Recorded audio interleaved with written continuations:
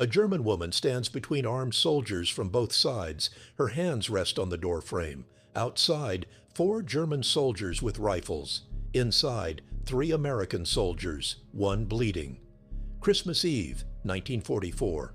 German-Belgian border. The Battle of Hürtgen Forest rages 3 miles away. This is the story of how one mother made enemies lay down their weapons and share a Christmas meal together. December 24, 1944. Elizabeth Rink bolted the cabin door. Her hands moved automatically. Slide the wooden bar. Check the window shutters. Bank the fire lower. The same movement she'd performed every night since September, when the Americans crossed into Germany and the Western Front became her backyard. Fritz, her 12-year-old son, watched from the corner. He'd stopped asking when his father would return. They both knew. Somewhere on the Eastern Front, Hermann Rink had become a statistic in a war that consumed men like firewood. The cabin sat in a small clearing 2 kilometers inside Germany, near the village of Hürtgen. Through the trees, Elizabeth could see the Belgian border markers. Before the war, she'd crossed that line weekly for church services. Now, those markers separated armies. Artillery rumbled, not the distant thunder she'd grown accustomed to. Closer, the Americans were pushing through Hürtgen Forest. She'd heard the stories from refugees streaming east, tales of a forest turned into a meat grinder, trees splintered by shells, men buried by mortar fire before they could scream, entire companies disappearing into the winter fog. She had 4 potatoes, a small pot of stew her neighbor had shared, half a loaf of bread. This was Christmas dinner. Fritz was laying out 10 plates when someone knocked. 3 firm raps. Military precision. Elizabeth's breath stopped. Her mind calculated possibilities. German soldiers demanding food. SS officers requisitioning the cabin. Deserters looking for shelter. Each option carried its own danger. She opened the door 6 inches. 3 men stood in the snow. American uniforms. One leaned heavily between the other 2, his leg wrapped in a blood-soaked field dressing. His face had gone the color of parchment. The soldier on the left spoke. Bitte, please. Hilfe. His German was terrible, but the meaning was clear. Elizabeth looked at the wounded man. His eyes had gone glassy. The bandage on his thigh was saturated. She'd seen enough hunting accidents to recognize arterial bleeding when the tourniquet fails. She stepped back and opened the door. The American soldiers stumbled inside, bringing snow and the copper smell of blood. Elizabeth pointed to the floor near the fire. They lowered their companion carefully. He groaned once, then went silent. Fritz, Elizabeth said, boil water. Her son stared at the Americans, enemy soldiers, the men who'd killed Uncle Wilhelm at Normandy, the men who were destroying German cities.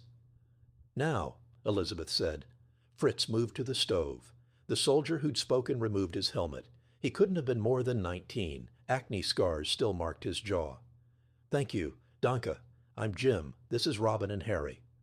Harry was the wounded one. Robin, the 3rd soldier, was methodically checking the cabin's corners with his rifle ready, securing the space. Even gratitude didn't override training.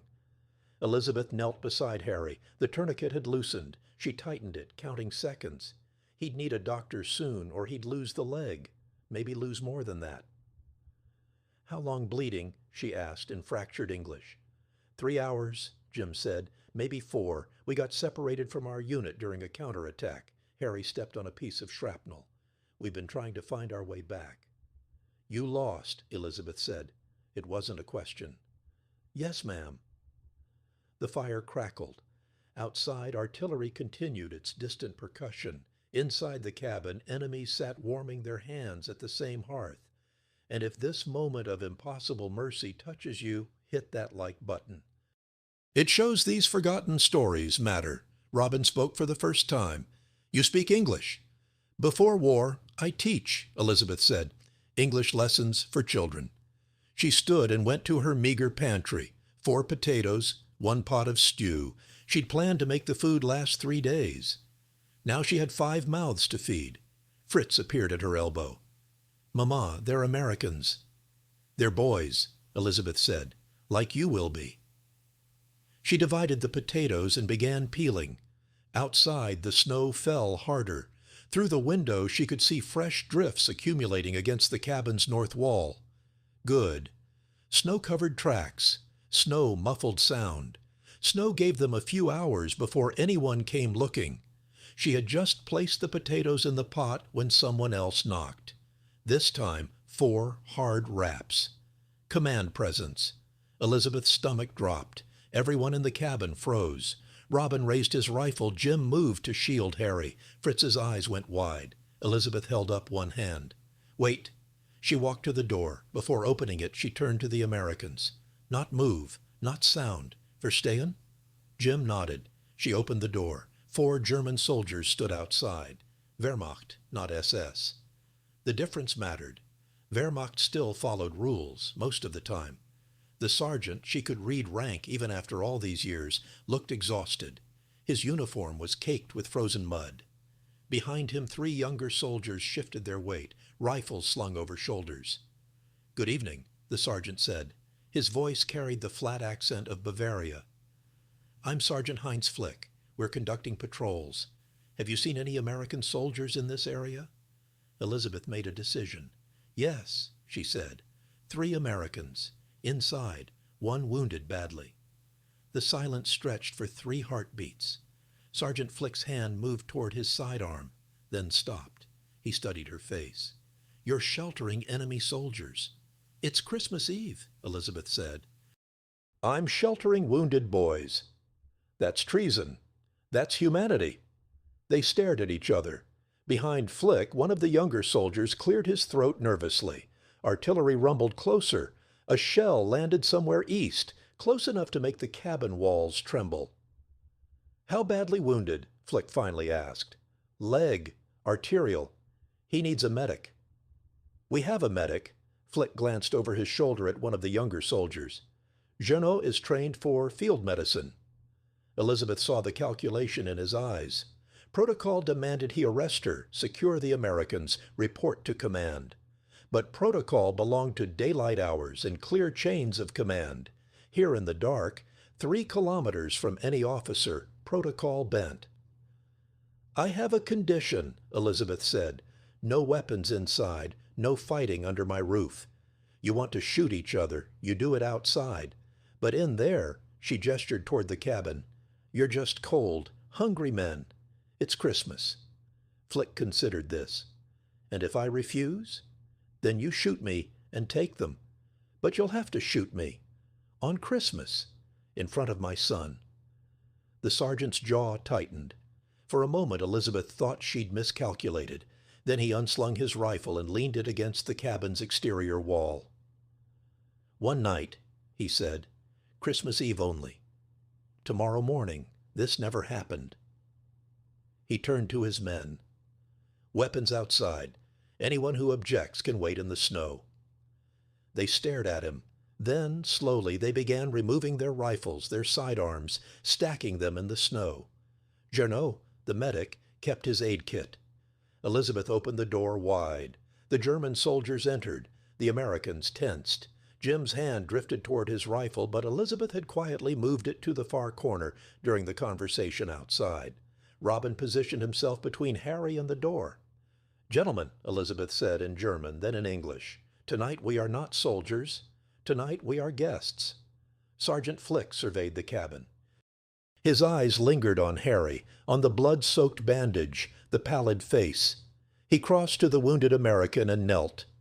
"Jeannot," he said, "look at this." The young German medic moved forward carefully, hands visible. He examined Harry's leg with professional detachment. "The tourniquet is too loose. The dressing is inadequate. He's already lost too much blood." "Can you help him?" Elizabeth asked. "I can try." Gerno opened his medical kit. Sulfa powder, clean bandages, morphine. He worked with steady hands, unwrapping the soaked field dressing, revealing the ugly gash across Harry's thigh. A fragment of tree burst, the kind of wound common in Hürtgen Forest, where American artillery turned ancient oaks into thousands of wooden shrapnel pieces. Harry groaned as Gerno probed the wound. Jim moved closer, then caught himself. Helping would mean getting within arm's reach of enemy soldiers.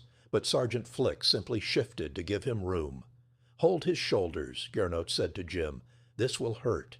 Jim knelt and braced Harry. Gernot worked quickly, packing the wound with sulfa powder, applying a proper pressure dressing.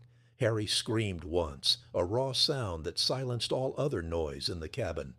Then Gernot gave him morphine, and the scream faded to whimpers. "He'll need a surgeon," Gernot said, "but he'll live until morning." The tension in the cabin shifted, not disappeared. Nobody forgot the uniforms, the flags, the war outside. But it bent, like ice under spring sun, still solid but no longer quite as rigid. This was the turning point, the moment when everything could have gone differently. Hit subscribe if you want more untold stories from the wars we thought we knew. Elizabeth returned to her cooking. 7 men now. The potatoes wouldn't be enough. But she'd make them stretch.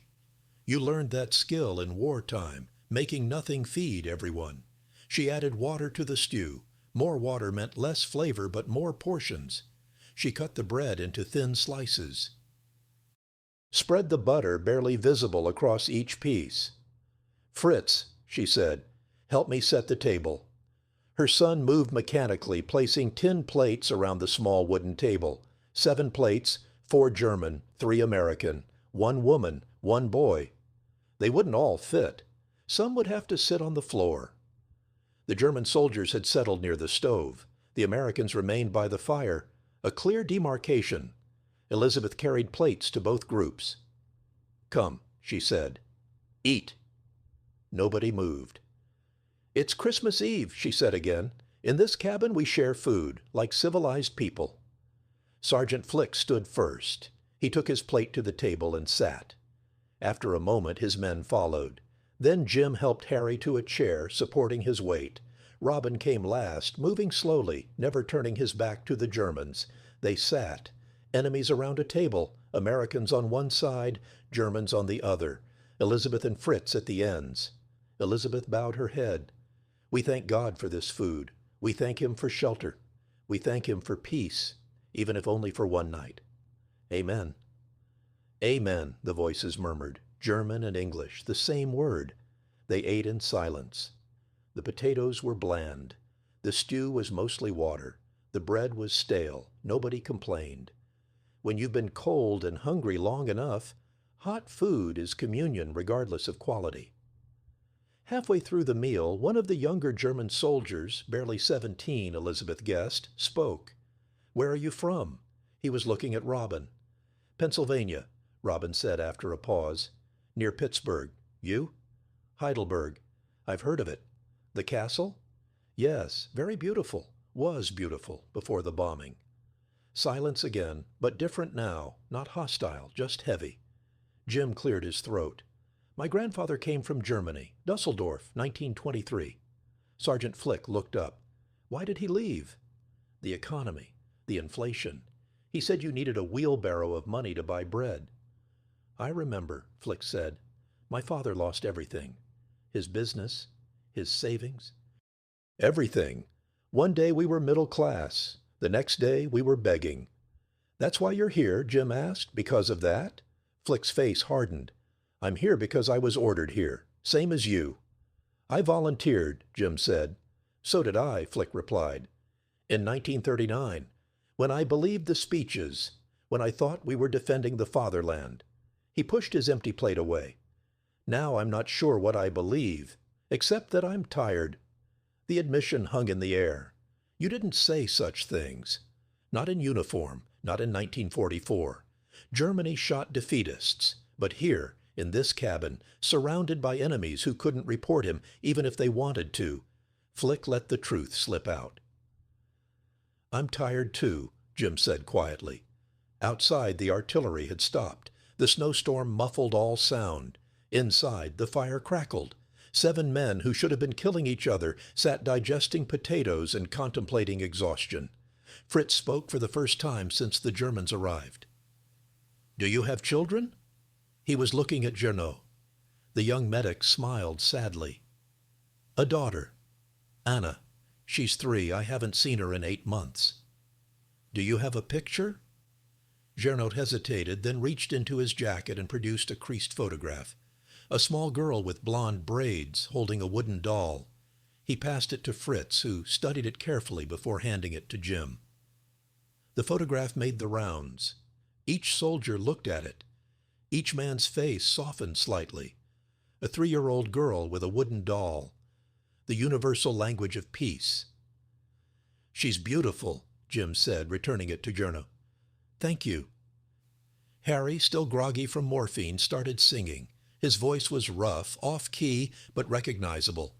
Silent Night. Holy Night. In German it was Stille Nacht, Heilige Nacht. Franz Gruber had composed it in Austria, 1818.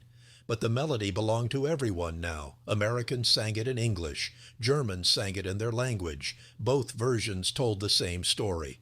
One by one, the others joined. German and English words interweaving, not coordinated, not harmonious, but together. Elizabeth closed her eyes. For 3 minutes, the length of a Christmas carol, the war disappeared. When the song ended, silence returned, but softer now. They talked through the night, carefully at first, then more freely. Jerno described his medical training. Robin talked about his father's farm.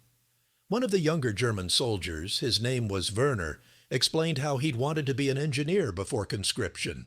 Jim spoke about Pittsburgh, about steel mills, about the smoke that turned the sky orange at sunset. They didn't discuss politics, didn't debate ideology, didn't justify their causes. They talked about home, about food they missed, about people they loved, about futures they might not live to see. Around midnight, Sergeant Flick produced a flask. "Schnapps," he said. Peach schnapps from his grandmother's recipe. He took a drink and passed it to Jim, who took a drink and passed it to Robin, who passed it to Werner, who passed it to Gernot. The flask made the circuit 3 times before it was empty. Harry drifted in and out of consciousness. Each time he woke, Gernot checked his pulse, his pupils, his color. The bleeding had stopped. The bandage held. He'd make it to morning. Around 3 a.m., exhaustion claimed them. The German soldiers spread their bedrolls on one side of the cabin. The Americans took the other side. Everyone kept their boots on, just in case. But nobody reached for weapons. Fritz fell asleep on the bench, his head on his mother's lap. Elizabeth sat awake, watching enemy soldiers sleep within arm's reach of each other, watching the impossible become real. December 25th arrived with gray dawn light. The soldiers woke slowly, stiffly. For a few seconds, that brief space between sleep and full consciousness, they'd forgotten where they were. Then memory returned. The situation reasserted itself. Sergeant Flick stood first. "We should go." The German soldiers gathered their equipment. The Americans helped Harry to his feet. He was weak, but conscious. The morphine and Jerno's field dressing had bought him time. Everyone moved toward the door, back to the war, back to trying to kill each other. At the threshold, Flick turned to Elizabeth. "Thank you for your hospitality." "Thank you for your humanity," she replied. He nodded, then looked at Jim. "There's a path through the forest, west-northwest. Follow it for 2 kilometers. You'll reach your lines. It's safe. No minefields on that route." Jim stared at him. "You're telling us how to get home?" "I'm telling you how not to die stupidly," Flick said. "Dying stupidly is a waste. There's already too much waste." "Why?" Jim asked. "Because last night we weren't Germans and Americans. We were just men who were cold and hungry and tired. Because your Harry and my Gerna deserve to see their children again. Because Elizabeth Rink showed more courage in one evening than I've shown in 5 years of this war." He paused. "Because it's Christmas, and maybe God is keeping score." They shook hands. Enemies, brothers, both, neither. The German soldiers retrieved their weapons and disappeared into the forest, heading east. The Americans gathered their gear and headed west, supporting Harry between them. Elizabeth and Fritz stood in the doorway, watching both groups vanish into the snow. "Mama," Fritz said, "did that really happen?" "Yes," Elizabeth said. "It really happened." "Will anyone believe us?" "I don't know." But Fritz Rink did tell the story. Years later, when he was an adult, when the war had become history instead of present tense, he told it to researchers, to journalists, to anyone who would listen. Historians verified what they could. The dates matched. The location matched. The military records showed American forces operating in that sector, German patrols active in the area. It could have happened exactly as Fritz described. In 2002, a film called Silent Night recreated the event. The story resonated, not because it was typical, it wasn't, but because it was true. In the Battle of Hürtgen Forest, 33,000 American soldiers became casualties between September and December 1944. Another 9,000 succumbed to trench foot, frostbite, and exhaustion. German casualties exceeded 28,000. The forest itself died. Trees reduced to splinters, earth poisoned by explosives, wildlife obliterated. In that apocalypse, one cabin held peace for 12 hours. 7 men who should have killed each other shared potatoes instead. A German medic saved an American soldier's life. A German sergeant gave enemies directions home. And one woman, Elizabeth Rink, schoolteacher, widow, mother, decided that humanity mattered more than politics, that mercy was stronger than ideology, that Christmas meant something even when the world had gone insane. The official military histories don't record that night. No medals were awarded. No commendations issued. The war continued the next day, as if nothing had changed. But something had changed. In that cabin for those 12 hours, a different kind of battle was won, not with weapons, but with courage, not through violence, but through grace, not by defeating enemies, but by recognizing their humanity. It's the kind of victory that doesn't make headlines, doesn't change strategic outcomes, doesn't shorten wars or save nations, but it saves something else, something smaller and more essential. It saves the possibility that we can choose differently, that even in our darkest hours, even when systems and nations and ideologies demand our hatred, we can still choose to see each other, to share our bread, to sing the same songs in different languages, to remember that underneath all uniforms, we're just cold, hungry, mortal people trying to get home. Elizabeth Rink never saw those soldiers again. Fritz didn't know their names beyond those first introductions. Jim, Robin, Harry, Flick, Gernot, Werner, they vanished back into the war, into history, into the fog. Maybe they survived. Maybe they didn't. The records don't say. But for one night, one Christmas Eve in 1944, they were all alive. They were all safe. They were all human. And that mattered. That still matters. Because if it could happen there, in the worst place at the worst time, in a forest that had become a synonym for hell, then maybe it can happen anywhere. Maybe the capacity for mercy isn't destroyed by propaganda or fear or ideology. Maybe it just waits, dormant, for someone brave enough to act on it. Elizabeth Rink was that brave. One woman, one cabin, one decision. Sometimes that's all it takes. Sometimes the greatest miracles are measured not in armies turned back or nations saved, but in potatoes shared, and enemies fed, and songs sung together in the darkness. Sometimes Christmas comes to the most unlikely places, and sometimes, just sometimes, it changes everything.